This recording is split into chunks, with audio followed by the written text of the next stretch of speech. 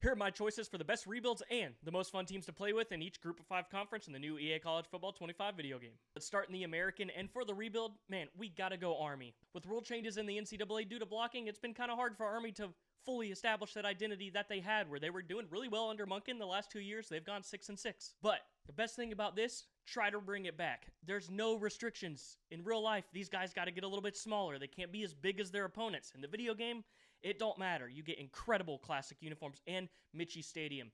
Why would you not want to play at this absolute beautiful stadium? Almost forgot, the Commander-in-Chief's trophy at Army as well. You get Navy Air Force, the three-way rivalry is incredible. My favorite trophy in all of college football. This thing is way bigger than you think. I saw it in person. The thing is like half the size of me. Now, the most fun team for the American Conference, I gotta go USF. For USF, it's pretty simple. They were 1-11 in 2022.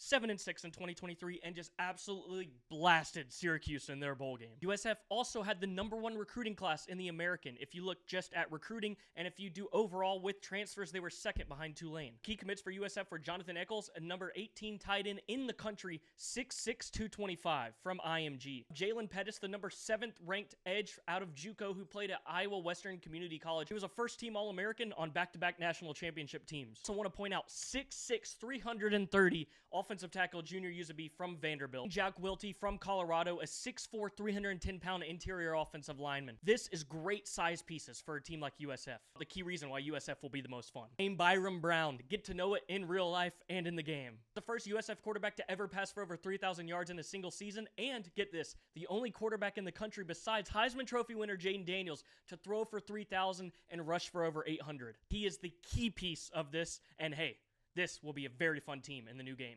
Now, the rebuild for the Sun Belt is ULM. This program has just been absolutely abysmal. Since joining FBS in 1994, they only have one winning season, which was an 8-5 season in 2012, and they lost their bowl game, that being the only bowl game they've played in. Crazy enough, they have won a Sun Belt Conference title, one in 2005. They were co-champions, so no outright conference title has been won here. What's also funny, they had a 5-6 overall record when they won the conference title in 2005. There are so many firsts you have for this school. You can win the first outright conference title. You can have the first winning season in over a decade, the first 9-win season, the first double-digit win season, the first championship. Not even sure they've had a consensus All-American. The most fun in the Sun Belt, there's a reason they call it the Fun Belt, and I'm choosing the entire conference. With the MAC getting rid of divisions, the Sun Belt is now the only FBS conference with divisions. It still feels very regional, and you just got a ton of tradition in here. You got good rivalries, you got great uniforms from multiple schools, you got incredible stadiums and locations within this conference. You can't really go wrong with choosing anyone from the Fun Belt because it is the funnest conference in all of college football, and it's going to stay that way.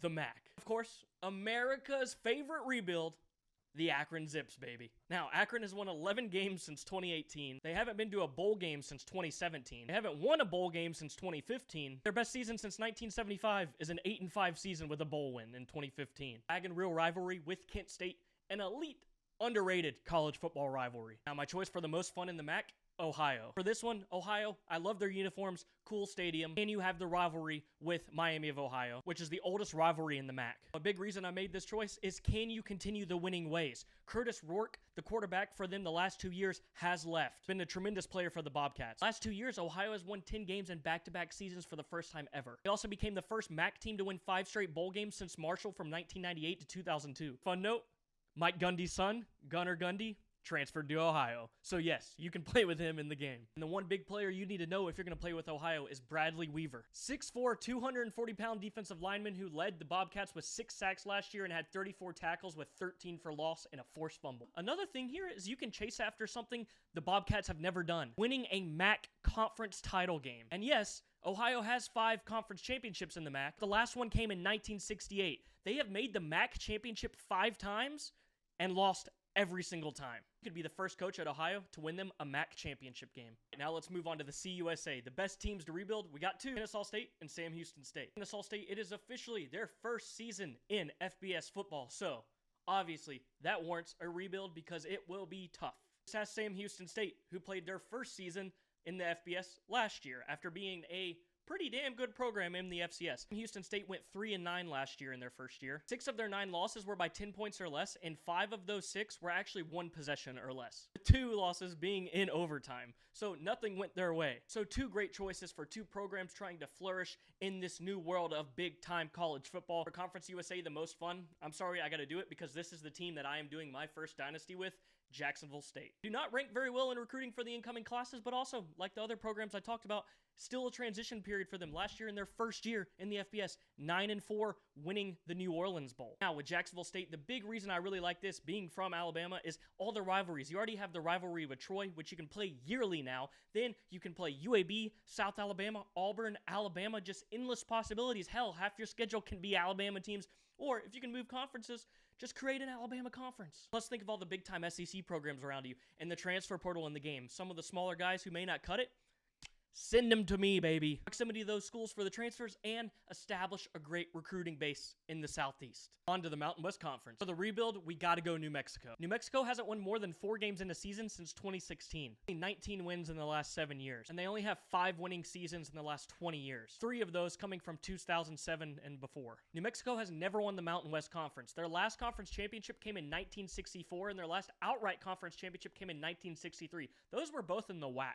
You can do things that haven't been done in a long time. They haven't been to a bowl game in almost a decade. Like I said, no winning season in 7 years. No Mountain West championship. You can be the first coach to do that for this school. They got some pretty clean uniforms. And that Lobo logo is fire. For the most fun team in the Mountain West, if you go back and look at my Power Conferences video, I actually listed Boise State at the end as the most fun Group of 5 team, and I listed why, obviously with Ashton Genty, consensus All-American by so many people. The highest graded running back in college football last year, yes, over Ollie Gordon. Not to mention, he will just run over all over the Mountain West Conference in this game. You have Malachi Nelson, and you have wide receiver Chris Marshall, who was the former #1 wide receiver in the country. There's so much more for Boise State, and obviously the blue field. Who doesn't love the blue field? But if you want the full scoop on that, go check out that video.